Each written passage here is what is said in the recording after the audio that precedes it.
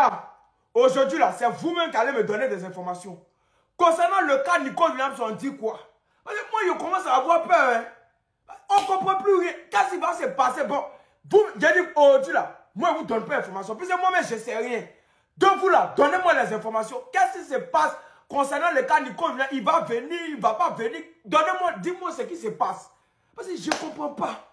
Ça fait plus de 2 semaines qu'on a dans l'affaire de Nico Williams. Moi, je commence à avoir peur. Hein. Moi, je commence à avoir peur. Si vous avez les bonnes informations, donnez-nous. Parce que ce Romano-là, Fabrizio Romano, je ne sais pas, il a quel problème. Il nous dit rien. Hein? Donnez-moi les informations. Aujourd'hui, moi, je n'ai pas d'informations. On dit normalement, cette semaine-là, tout doit se passer. Si vous avez les bonnes informations, donnez-moi.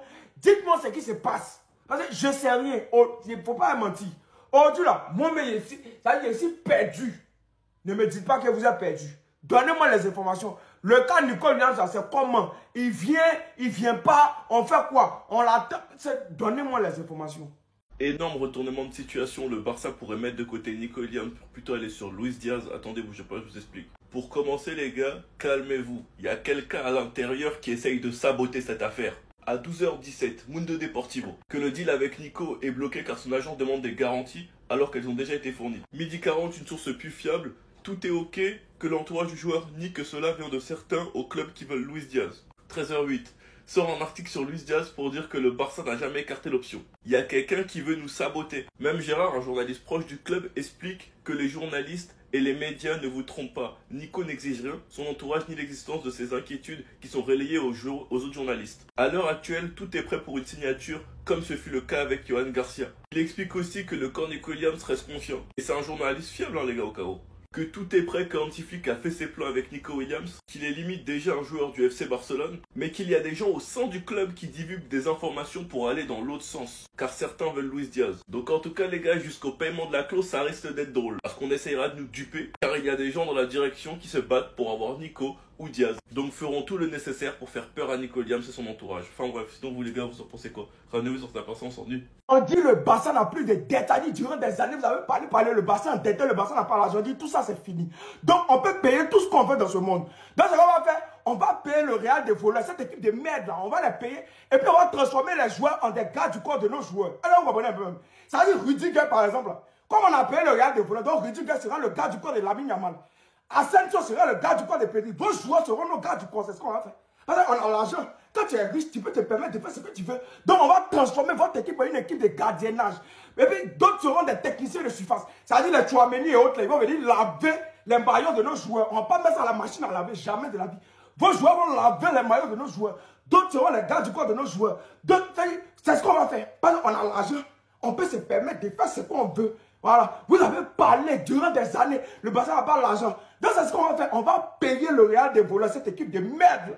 Et puis on va transformer cette équipe en une équipe de gars du corps, en une équipe de techniciens de surface. Vous allez venir vous occuper de nos joueurs, c'est ce qu'on va faire. Pas on a l'argent. Donc on peut faire la folie des grandeurs, c'est ce qu'on peut faire. Pas on a l'argent. C'est pas une vidéo pour vous informer de quelque chose, pour vous rassurer, c'est juste une vidéo pour me plaindre. Pourquoi toujours nous? Les gars, pourquoi toujours nous? Pourquoi nous, c'est toujours compliqué? Pourquoi il y a toujours des problèmes? Pourquoi on exerce toujours des pressions aux joueurs qu'on veut signer? Pourquoi? Rafaïus qui envoie un petit pic à Bilbao en leur expliquant qu'ils devraient se relaxer au lieu de jouer avec les émotions de Nico Williams. Les supporters de Bilbao qui dégradent sa fresque plusieurs fois. Bilbao qui est prêt à négocier avec n'importe quel club sauf le Barça. C'était la même chose pour Johan Garcia avec Espanyol. Tebas qui avait rajouté une couche dans la semaine en expliquant qu'il ne sait pas si le Barça était capable d'enregistrer des joueurs. Quasi tout le monde était d'accord pour signer Nico Williams. Et dans cette direction du Barça, il y a une taupe, il y a un vendu qui n'est pas d'accord et qui veut Olmo, qui fait donc fuiter des infos dans les médias pour capoter le deal Nico Williams. Et comme si ça suffisait pas, par hasard, je ne sais pas elle sort d'où cette amitié entre Dani Olmo et Luis Diaz. Même Gérard Romero, il est en train de tweeter depuis ce matin en expliquant qu'il faut se calmer. Personnellement, je suis toujours aussi confiant pour le deal Nico Williams, mais tout ce qui peut se passer autour du Barça, cette haine qui est envers le Barça, les gars, je vous jure, c'est fatigant. Et il y a de plus en plus de clubs de Liga qui sont en train de s'allier contre nous. Franchement les gars, Bartomeu, qu'est-ce que je le déteste parce que tout ça c'est à cause de lui. Vivement les prochaines années au Camp Nou afin que la situation du Barça devienne de plus en plus stable. Sinon vous les gars, vous en pensez quoi? Rendez-vous sur Snap, on s'ennuie.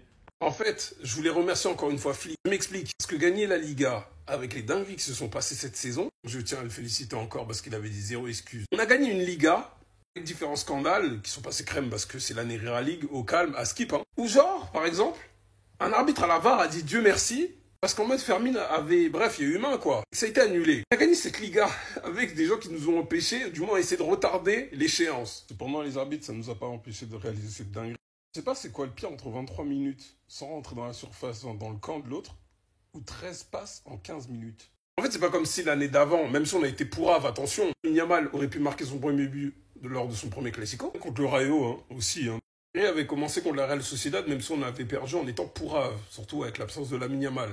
Hors jeu, où soi-disant Lewandowski avait son pied devant. Bon, on vous dire qu'en plus d'avoir eu 0 excuse de la part de la Liga, on peut voir sur différents angles que jamais le pied est devant et que le but aurait dû être valable. Mais bon, comme c'est pas le scandale mondial, je sais pas c'est le pied de qui là, mais bref. Le Real Madrid, j'en parle même pas, parce qu'ils savaient que si on jouait notre vrai football, ça allait être une boucherie. À 10, c'est encore pire. Bref, l'arbitre qui dit, comme il dit, t'as touché mais à pas péno. MDR. Et puis les arbitres qui protègent pas les joueurs du Barça. C'est aussi le cas côté Real et même en Liga. Baldé qui sort en crachant du sang, vomissant du sang, rien. Olmo arrive, en plus de pas vouloir l'enregistrer, péno sur lui, pas sifflé. Barcy, pareil, péno pas sifflé. Pas sifflé. Page de maillot, pas sifflé. Le sourire là. Un mec méchant, dictature allemande, vous savez que ça lui posait problème de battre le système. Franchement, il l'a fait. Il a dit 0 excuse.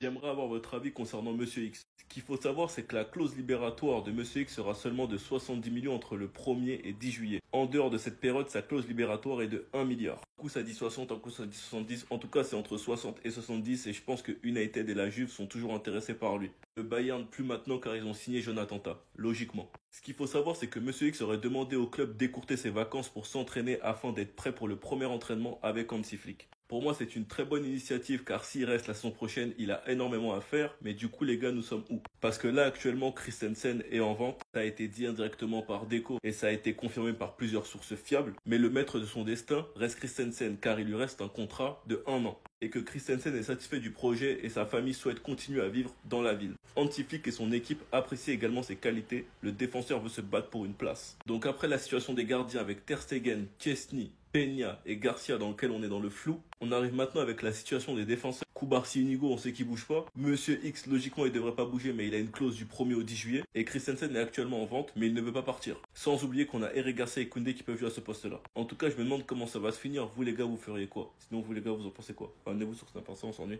Ouh là là, l'excellente nouvelle. Ouh là là là là, l'Europe va pas être prête. On a prévenu. Journal Sport nous apprend via la presse que Marc Bernal va avoir le feu vert médical avant la tournée asiatique. Lui-même a posté ça. Précisons. On va avoir sur chaque ligne une génération boostée de 2007. Koubarsi, Yamal, désormais Marc Bernal, qui vont peut-être tout rafler en termes de Golden Boy, même si Désiré Doué est favori. Soyons honnêtes. Mais bon, c'est notre trophée à nous, parce que nous, tous les jeunes, c'est les meilleurs à chaque fois. Il était arrivé, Casado était... Il était titulaire de base. Casado, on s'est demandé, mais qu'est-ce que Flick avait en tête pour mettre Casado sur le banc alors qu'on a vu ce que ça a donné lors de ses 3 premiers mois. D'ailleurs, une vidéo arrive dessus. On s'est dit, mais Bernal, qu'est-ce qu'il allait nous proposer? Bon, on va le voir cette saison. Et vous n'êtes pas prêts. Point de basse, il va régler certains problèmes défensifs. Son poste, même quand j'imagine avec qui il peut être assimilé, avec qui il peut faire des doubles pivots, prévenez déjà tes basses d'envoyer tous les arbitres possibles pour nous stopper. On est d'accord? Let's go. Merci, merci, merci, redescends là. Merci, merci.